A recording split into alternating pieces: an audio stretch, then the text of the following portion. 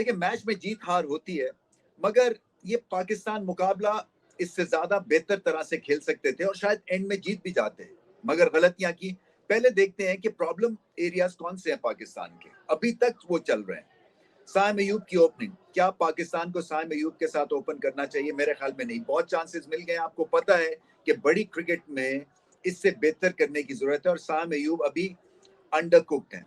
आपको दोबारा से रिजवान और बाबर की जोड़ी को रीयूनाइट करना पड़ेगा, क्योंकि पाकिस्तान की वो स्ट्रेंथ है, एक दूसरे की गेम को समझते हैं और पाकिस्तान अभी तक वैसे प्लेयर्स नहीं निकाल सकी है जो कि स्ट्राइक रेट को लेके 50 कर दें 25 या 30 बॉलों में, अभी तक नहीं हुआ है अभी। हालांकि चेंजेस भी किए हैं और साइम अयूब की वजह से पूरा कॉम्बिनेशन जो है वो बिगड़ सा गया है।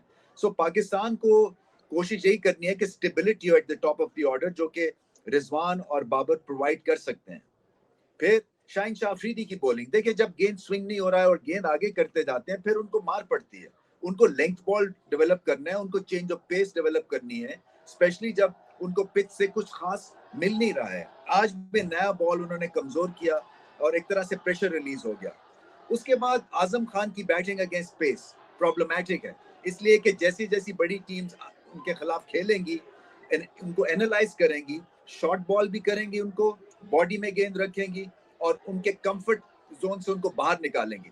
सो उनका स्ट्राइक रेट अगेंस्ट स्पिन तो बहुत अच्छा है, पेस के अगेंस्ट अच्छा नहीं है। सो पेस के अगेंस्ट क्या करना है आजम खान को? बहुत मेहनत करने की जरूरत है। शादाब खान का role for example with the bat, मुझे नहीं अभी तक समझ आया कि उनका रोल बल्ले के साथ क्या है, क्योंकि जब वो बैटिंग करने जाते हैं तो ऐसा लगता है कि वो स्लॉगर बन के नंबर 5 में बैटिंग कर रहे हैं।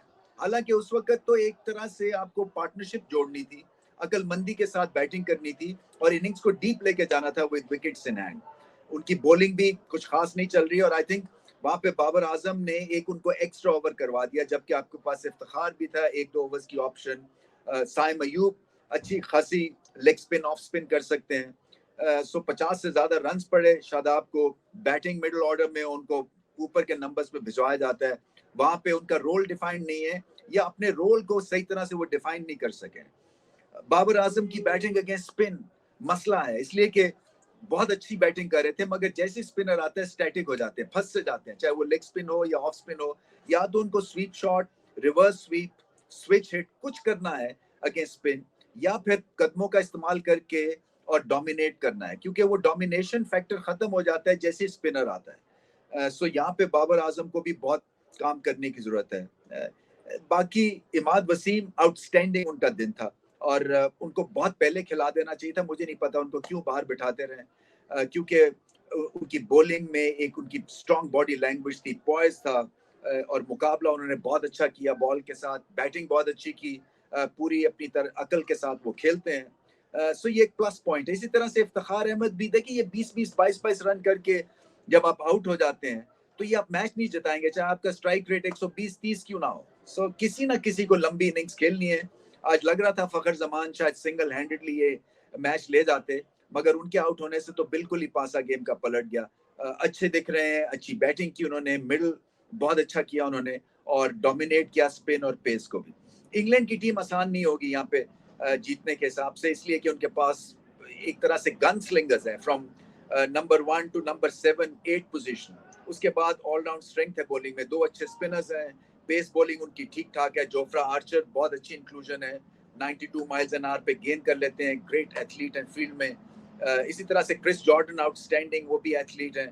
सो पाकिस्तान को अपने से बढ़ के खेलना पड़ेगी और 160 की टीम बन के सामने नहीं रहना है, समहाउ इनको 180 तक पहुंचना है, क्योंकि ये स्कोर करने वाला था। बहुत ही सीधी सादी पिच थी और आजकल की डे एंड एज में 180 run without taking a lot of risk भी हो सकता है।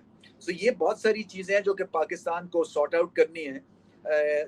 पहला मैच था, शायद थोड़ी सी रस्टीनेस भी होती है, बट आगे चल के बिफोर द वर्ल्ड कप एक आधा मैच पाकिस्तान को जीतना बड़ा जरूरी है।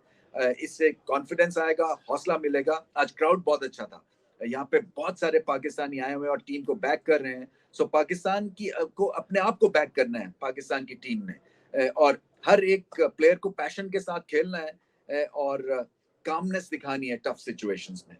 मैच जीत भी सकते थे शायद अगर पार्टनरशिप्स लगती। मैं अभी भी समझता हूं कि सबसे क्रिटिकल चीज जो कि इन्होंने करनी है वो बाबर और रिजवान के साथ ओपनिंग पेयर को दोबारा से इकट्ठा करके और फिर अपनी T20 की टीम को और बैटिंग टीम को आगे लेके चलना है।